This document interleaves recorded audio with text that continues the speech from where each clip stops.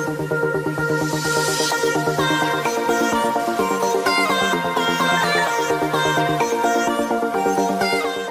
Charmers! Welcome back to another video. Update lang po sa Spix G Rejuvenating Set na ginagamit ko. Yung unang araw ko, February 21, 2009. So, February 25 na tayo ngayon. 22, 23, 24. 24 pala. Sunday na pala ngayon, 24. Bukas pala Monday. So, February 24 tayo ngayon. Nakalagay dito, sinulat ko kasi dito kung anong araw ko siya sinimulan. February 21. So, noong February 23, nag-start yung peeling sa mukha ko. So, 21, 22, 23, pang third day, nag-start na mag-peel yung face ko. Pero, una, dito sa nose, dyan. Dito, dito unang nag-peel sa ilalim ng nose ko. Dito, ayan, makikita nyo. Maglalagay ako ng picture dito. Papakita ko sa inyo yung dito na side. Sa chin ko, or malapit sa mouth ko, yung peeling na nagaganap sa mukha ko. Micro peeling lang siya. Yun. Kaya ako ginawan to ng update na yun, kasi gusto kong i-ano sa inyo, i-update agad yung pagpipil ng mukha ko ngayong araw na to. Dahil gabi ngayon, katatapos ko lang maghilamos. Kapag naghihilamos ako ng sabon, ito yung ginawa ko, guys. Pakita ko sa inyo. Ito yung lagayan ko ng sabon. Hinati-hati ko siya ng ganyan, maliliit. Ganito lang siya kaliit. Ganyan. Ay, basa pala. Hindi ko na siya hawakan. Ganito, ganyan. Ito yung ginagamit ko. Ini-slice ko siya ng ganyan. Kasi pag masyadong malaki, tapos sa mukha ko lang nasasayang kasi yung sabon. Kaya, hinahati ko siya ng ganyan. Tapos, kapag naghihilamos ako gamit yung sabon, syempre, ang mararamdaman ko sa mukha ko, parang banat. Banat. Tapos, dry yung mukha ko. Dry kasi, nagsa-start na nagpipil na yung mukha ko. Kaya dry sa feeling and banat. Feeling banat yung mukha ko. Yun. Ngayon, katatapos ko lang maghilamos. Ito yung mukha ko. Tapos, dito, dry. Normal yun na mag-dry yung skin. Kasi nagpipil siya, nagbabalat. Dito na part din yan. Naramdaman ko pag gumagawin ako, parang may something sa mukha ko na nakalagay. Parang binabanat siya. Ganun ang feeling sa balat ko ngayon. Dahil isang buwan akong walang ginagamit na rejuvenating toner or tsaka cream. Yung mukha ko bumabalik sa umpisa. Yung parang nung unang araw, pangalawang araw, pulang-pula yung mukha ko. Pulang-pula na dark ang pagkapula ng mukha ko. Tapos pang third day, na dito nag-start yung peeling. Sa ilong ko nagsimula ang pagbabalat dito. Dito sa ilalim yan, nakikita ko na yan. Dito nagpipil na. Tapos sumunod dito. Ayan, dyan nakikita ko nang nagbalat. Tapos ngayong gabi, dito na, parang dumadami na yung peeling sa mukha ko. Dito sa cheek wala pa dito. Pero dito nag-start talaga dito. Yan, dito nag-start. Dito nagpipil na, nagsisimula nang mag-peel dyan. Yung mukha ko. Yung sa unang video ko, ang pinakita ko sa inyo, umaga yun, kaya sunblock ang nilagay ko. Ngayon dahil gabi, rejuvenating cream ang ilalagay ko sa mukha ko. Ayan. Pag naglalagay ako ng rejuvenating toner sa mukha ko, tapos nagbabalat siya, hindi mahapde. Sa akin, sa skin ko, hindi ako nahapdian, walang hapdi akong naano. Kasi nga yung pagpapalat niya sa mukha ko, micro peeling lang, maninipis. Kung makikita nyo sa picture na ilalagay ko dito, makikita nyo na maliliit lang, maninipis. Yun. Tapos nung sinubukan kong maglagay ng cream, yung Thailand na cream, sinubukan ko siya maglagay dito, talagang nahahalata siya. Kaya naghilamos ulit ako, tas sunblock cream lang nilagay ko. Sinubukan ko lang siya kung halatang halata ba? Halatang halata yung pagbabalat sa mukha ko. Ito yung toner ng Spix G. Kataba. Tapos, 60 ml. Sa ilalim may nakalagay na manufacturing date at saka expiration date. Yung amoy ng toner, hindi matapang.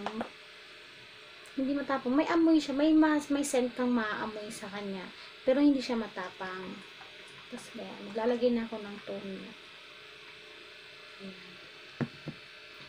Ayan, yung mukha ko. Mapapansin nyo guys, tingnan nyo. Iba yung dating ng mukha mo kapag nag-micro peeling, kapag nagre-rejuvenate ka. Kasi natatanggal niya yung dead skin, yung mga dry skin mo, natatanggal niya. Katulad sa mukha ko, ito yung gusto ko eh. Micro peeling lang ang ang ganap sa mukha. Hindi talaga yung bakbak na bakbak. Yung sakto lang, pwedeng mag-peel, pero yung manipis, wag naman yung bonggang-bonggang makakapal na hindi naman pwede yun. Kasi masama na yun. Ito kasi micro peeling. Ito lang yung saktong peeling para sa face. Ngayon, magsisimula ako sa noo ko. Ayan. O, diba? Malamig. Malamig sa feeling. Ayan, sa noo. Tingnan nyo ha, napupunas ako sa sa ilong ko. Diba nagpipil dyan? Wala akong maramdamang hapdi. Guys, swear, wala akong maramdamang hapdi. And dito, nagbabalat yan sa chin ko. And dito sa upper lip, nagbabalat dyan. And dito, dry yung nose ko dito kasi nga nagpipil siya. Makikita nyo, hindi ko pinapahid sama sa under eye ko kasi manipis dyan, tsaka sensitive. Tsaka naglalagay ako dito ng roller para sa mata.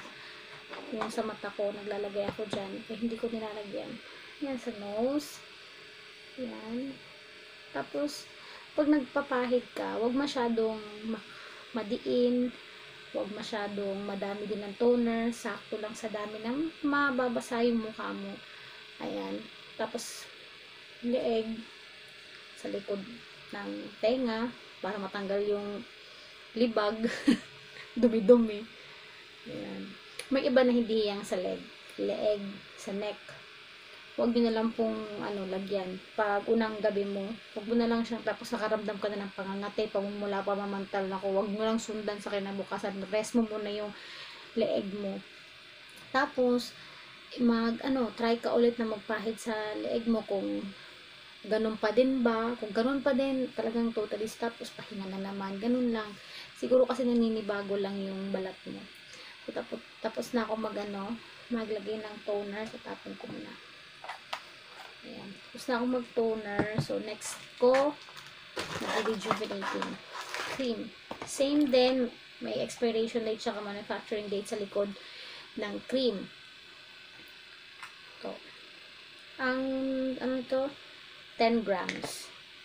Tapos, same ng Skin Magical, meron ganito din cover.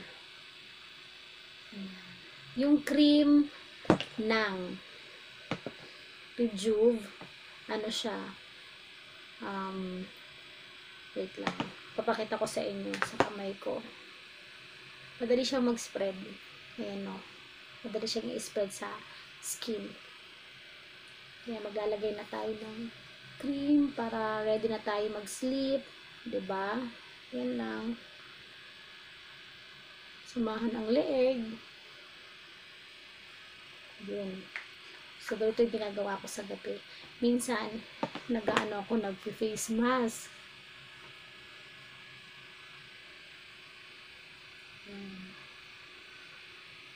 Kahit, kasi may iba na, lalo na sa mga first time, gumamit ng rejuvenating set. Sa kanila, hapding-hapdi sila. Lalo na ate, ang hapdi-hapdi ng mukha ko pag naglalagay ako ng toner kasi nagsastart na ng peeling, itutuloy ko pa ba, ganun-ganun. Siguro the first time nila, ganun ang mararamdaman. Makakaramdam ka ng yung konting kurot ng hapde. Pero tolerable. Pero kung hindi mo kaya yung hapde, pwede kang mag-skip muna. Ganon. Pwede kang mag-skip muna maglagay ng toner. Magpahid ng toner. Kahit cream lang muna ang ilagay mo. Pwede naman eh. Ayan. So, tapos na ako sa face ko. Ayan. Tapos na akong maglagay ng toner, rejuvenating cream. Next naman ilalagay yung ko. Bago matulog. Lagyan mo na sa mata. Alam mo naman, yung mata. Sa mata nakikita ang kapuyatan. Tapos minsan naglalagay pa ako ng castor oil sa pilik mata ko. Naglalagay pa ako ng castor oil sa mata ko. Tapos nagbababad ako dito ng moisturizing sa napadami yata yung lagay ko kasi shinake ko. Ayan. So So, yun ang update ko sa inyo. Sa third day ng paggamit ko, nag-start na siya mag-peel. Tapos, hindi mahapde. Nung second day, pulang-pula yung mukha ko, pula na pagka-dark. Kaya pag tumitingin ako sa salamin, sabi ko, shucks, grabe, para akong galing, babad sa araw, parang nag-swimming lang. Ganun, mapula yung balat ko sa mukha. Tapos ngayon, pang third day, medyo okay na yung mukha ko. Pag nakikita ko yung mukha ko, parang gandang-ganda na ako. Kasi, hindi na siya pula, parang mamula-mula, parang pinkish, ganon. Pero, may micro-peeling sa mukha ko, dito banda. Diba pinakita ko naman sa picture dito, sa ilong. Dito nagsimula yung peeling Tapos ginanon ko. Sabi ko, okay, nagpipil na siya. Hanggang sa dumami na, nag-spread na yung hanggang dito na yung pagbabalat sa mukha ko. Yun. And yun lang ang update ko sa inyo. Kaya ginawan ko kaagad to kasi gusto ko dito makita sa video nyo yung pang third day na nagpipil talaga yung mukha ko. Pero micro-peeling lang, hindi mahapde. Pag naglalagay ako ng toner, hindi naman siya mahapde. Okay lang, wala akong hapde, nararamdaman. Yun, and maganda siya sa mukha. Ina-update ko pa kayo sa susunod ng mga araw kung ano pa mangyayari sa mukha ko habang gumagamit ng Speaks G Rejuvenating Set. And thank you for watching. Ito lang po yung update ko sa inyo sa video na to. And kung bago ka sa channel ko, please to subscribe to my channel and click the like button and the bell. Kasi pag bago ka sa channel ko and nag-ring ka ng bell, manonotify ka every time mabago akong upload. Thanks for watching. Bye!